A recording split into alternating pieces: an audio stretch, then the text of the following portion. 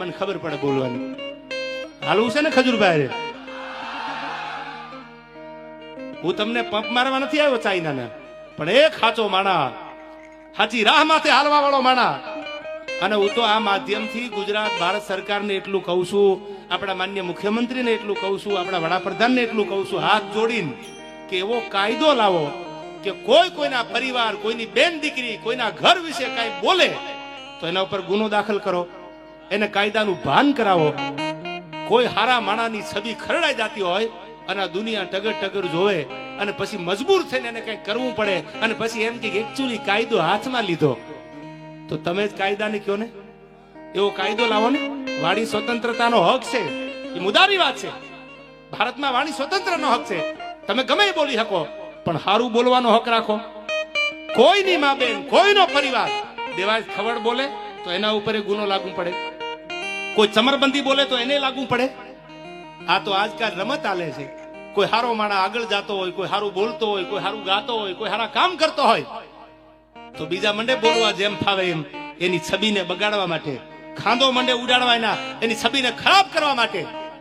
સાહેબ, મારે તમારા માધ્યમથી ખજૂરને કેવું છે કે અમે તારે હારેથી જીવવાનું થાય તોય ભલે ને મરવાનું થાય તોય ભલે, તું તારે હારા કામ કરે જા. મારા બાપ, મારો ભોળો નાથ તારી હારે છે.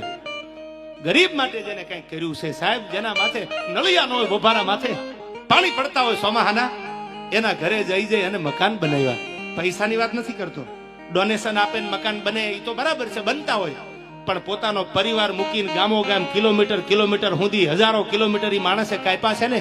તો હજી કહું છું કે આપણે આજ એનો સાથ નહીં આપી તો ખજૂર શહીદ થઈ જાય પછી આપણે ભેળા હાલશું? આવો હારો માણા દુનિયામાંથી વિયો જાય પછી હાલશું? એ વિચાર તમારે કરવાનો છે. તમે સમજદાર છો. ઘણા મને કહેતા તમારે ન બોલાય, તમે આવું કઈ ન બોલતા. એ ખજૂરભાઈ નો વિષય છે, પણ સત્યની ભેળો ન ઉભો રહો તો હું મોટો ખદડો ગણાવું. અને જે થશે એ હવે ભરી પીશું, નસીબ અમારા અને મારા ખજૂરના. પણ તમને એટલું કહું છું કે મારા બાપ, જો તમે સમજદાર હોય, તમે ભણેલા ગણેલા હોય, તમારી આંખે જો જોતા હોય ને તો આજ આ કળિયુગનો આપણો રામ ઈ ખજૂરને એકલો ન મુકતા ગમે એ થઈ જાય ભેળા હાલવું છે યાર. એની મોરલ નો તૂટી જાય, એના કામ નો બંધ થઈ જાય. આ એની મોરલ તોડવા માટે, એની મેન્ટાલિટી ડાઉન કરવા માટેના પ્રયાસો હાલે છે. અને આ ટાણે જો તમે મારી કે હું કે તમે ખજૂર ભેળા ન રહી તો રે કોણ? એને એના કાકાના દીકરાનું મકાન બનાવ્યું, એને એના માસીના દીકરાનું મકાન બનાવ્યું, એને એના ફૂઈના દીકરાનું મકાન બનાવ્યું? ના, એને તો એક એક ગરીબના મકાન બનાવ્યા છે. ચાહે કોઈ પણ હોય, ઝૂંપડામાં રહેતો હોય, નાનો માણા હોય, કોઈ પણ જ્ઞાતિનો હોય, તો હજી એકવાર આકલો કરીને કહી દો કે આપણે જીવીને મરીએ ત્યાં સુધી કોની ભેળું રહેવું છે યાર? હા ડાયરો, હા યાર, આજ આપણે સત્યનો સાથ આપવો છે. બધાને કહું છું હવે પછી સોશિયલ મીડિયામાં જ્યાં જ્યાં આવું થાય, તમને એવું લાગે કે હાચો માણસ એના પરિવાર વિશે એની છબીને બગાડવા માટે આ થાય છે તો ઉભા રહેજો. અને ટગર ટગર જો તમે જોશો ને તો એટલું યાદ રાખજો, 10 વર્ષ પછી, 5 વર્ષ પછી આ ઓડિયન્સમાં બેઠા ને એનો દીકરો દાતાર બનશે, એનો દીકરો કલાકાર બનશે, આ બેઠા એમાંથી એનો દીકરો કથાકાર બનશે. તેથી આ અમારી હાલત છે ને, એ જ હાલત તમારા દીકરાની થવાની છે. એટલું યાદ રાખજો. આ કોઈની જાગીર નથી. દેવા ખબર તો આજ છે, કાલ નહીં હોય તો કોઈ બીજા ગાતા હશે. તમારો દીકરો કલાકાર બનવાનો છે, તમારો દીકરો ખજૂર જેવો દાતાર બને, કોઈ 5 મકાન કોકના બનાવે. આજ જો ટગર ટગર જોશો તો કાલ દીને આવતા વાર નહીં લાગે. સત્યને સાથ આપજો. અને સત્ય પરેશાન હોય, રાણા પ્રતાપ લડ્યા ને એટલે રાણાનો ઇતિહાસ છે. એને સેલ્યુટુ નામ કુર્નસું કરી દીધી હોત તો કોઈ આજ મેવાડને યાદ ન કરતું હોય. આજ મારે તમારે સત્યના હારે હાલવું છે, સત્યની સાથે હાલવું છે. જે દુનિયાને કેવું હોય કે આપણે ન બોલાય ને આપણે આંખે ન થવાય, હારા માણાની ભેળા ઉભા રહેજો. મારા બાપ, હાથ જોડીને તમને એટલું કહું છું. અને સરકારને એવું કહું છું કે એવો કાયદો લાવો કે ન બોલવાનું. કોઈ ફોનમાં કાંઈ પણ બોલે તો એના ઉપર ગુનો દાખલ થાય, એના ઉપર કાયદેસરની કાર્યવાહી થાય. એ ચાહે કોઈ ચમરબંધી હોય. અને જો આટલું નહીં થાય તો મને નથી લાગતું આ ગુજરાતની આવનારી પેઢીનું ભવિષ્ય ઉજળું થાય. મજા આવે બોલી જાય, મજા આવે જિંદગી બગાડીને વયા જાય. પછી માણા મજબૂર થઈને કંઈક કરે એટલે એમ કે કાયદો હાથમાં લીધો. બધા એવા નથી હોતા. સોમાનથી જીવવા વાળા આપણા ગુજરાતમાં આખા ભારતમાં છે. હા, એનું સોમાન જળવાઈ જાય એના માટે જીવજો. યુવાનોને એટલું કહું છું, સોશિયલ મીડિયાનો સદુપયોગ કરજો. તમારે ફેમસ થવા માટે કોઈને ખરાબ ન બોલતા, કોઈના પરિવારનું ખરાબ નહીં બોલતા. દ્વારકાધીશ ઉપર ભરોસો રાખી અને સારું બોલજો. આજ નહીં તો કાલ તમે ફેમસ થશો યાર. આ જિંદગીમાં બધા ઝીરો માંથી હીરો બન્યા છે, કોઈ જન્મમાંથી હીરો નહોતા યાર. આ યુવાનોને કહું છું. હા મારો ખજૂર, હા કરોડ દિવાળી તારા રાત તપે બાપ. હવે મારે ગીત તમને સંભળાવવું છે, સાંભળજો. ફાંસીના માચડે ચડ્યા હતા યુવાનો માટે કવિએ ગીત લખ્યું છે. અમારો કિરણભાઈ ખાચર ગીતમાં લખે છે કે જી હિંદના હીરાય સિંહ સાદુળા મારા ભારતી માના પૂત રે, મારા ભારતી માના પૂત.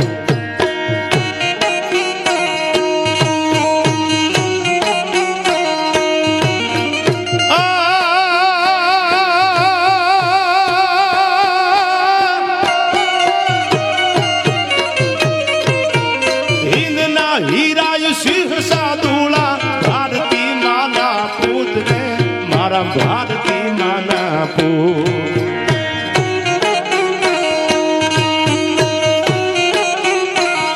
આવજડાની ડાણકું ગાજે સુરાને શહીદ ની ગાથા, ભારત માની ભૂમિકા માથે આવજડાની ડાણકું ગાજે.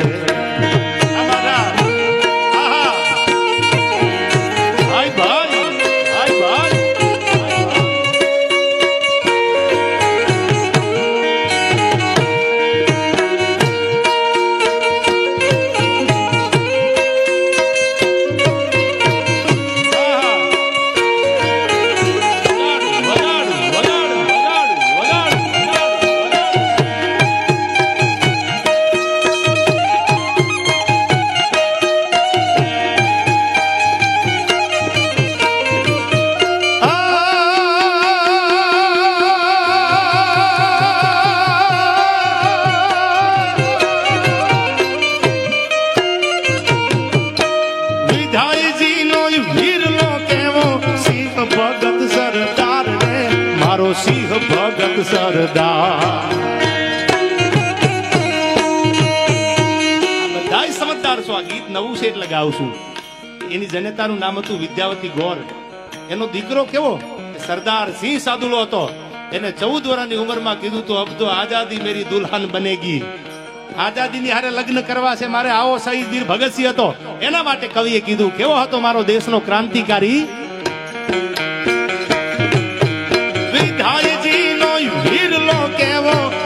ભગત સરદાર રે, મારો સિંહ ભગત સરદાર.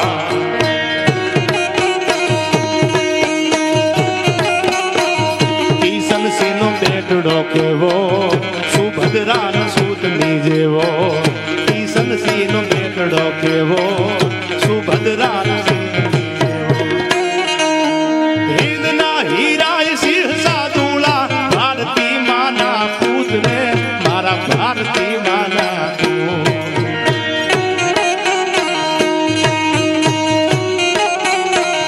ભારતની ભૂમિકા માથે આવજડાની ડાણકું ગાજે. ભારત માની ભૂમિકા માથે આવજડાની ડાણકું ગાજે.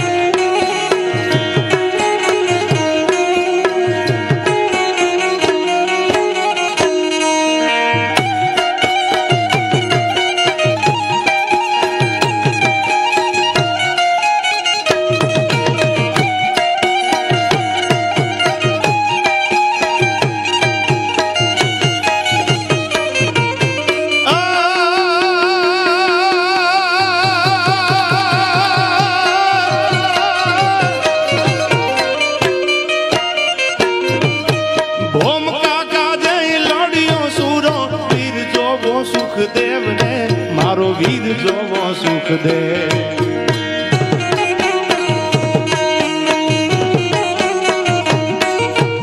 ઓમ કાકા જય લાડિયો મારો વીર જોવો સુખદેવ ને મારો વીર જોવો સુખદેવ.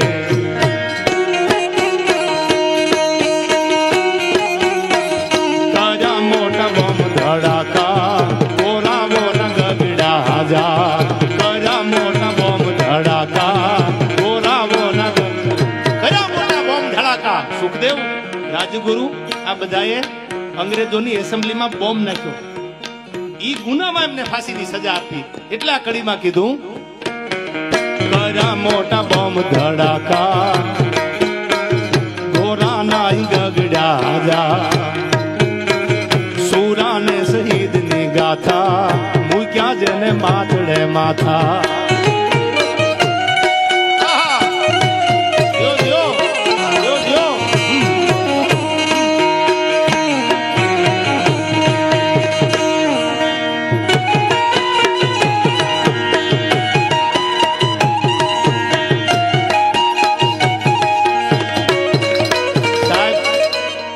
દુનિયામાં સરકારીનું ટ્રેન્ડિંગ છે યાર. આ પીસ, આ મ્યુઝિક, એનું સંશોધન કર્યું હોય તો મારો જગદીશ ડાભી છે. એકવાર જોરદાર તાળીઓથી એને વધાવી લો યાર. આ ડાભી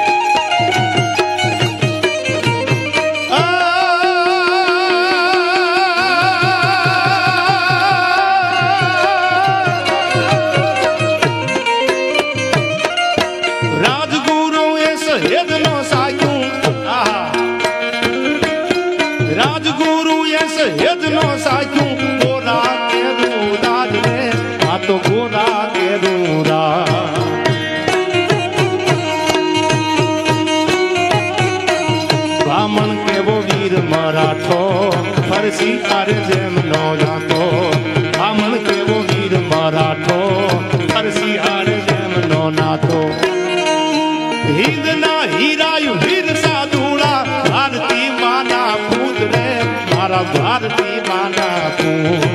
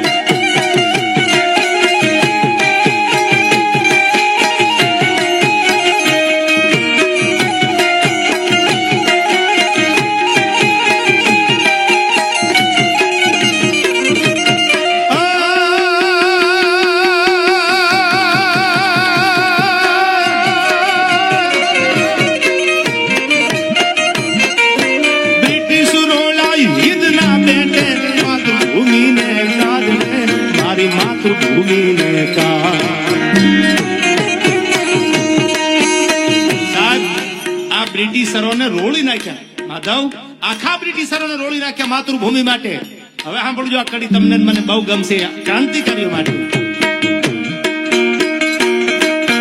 બ્રિટિશરો લાઈ હિંદના પેટે, માતૃભૂમિને કાઢે મારી માતૃભૂમિને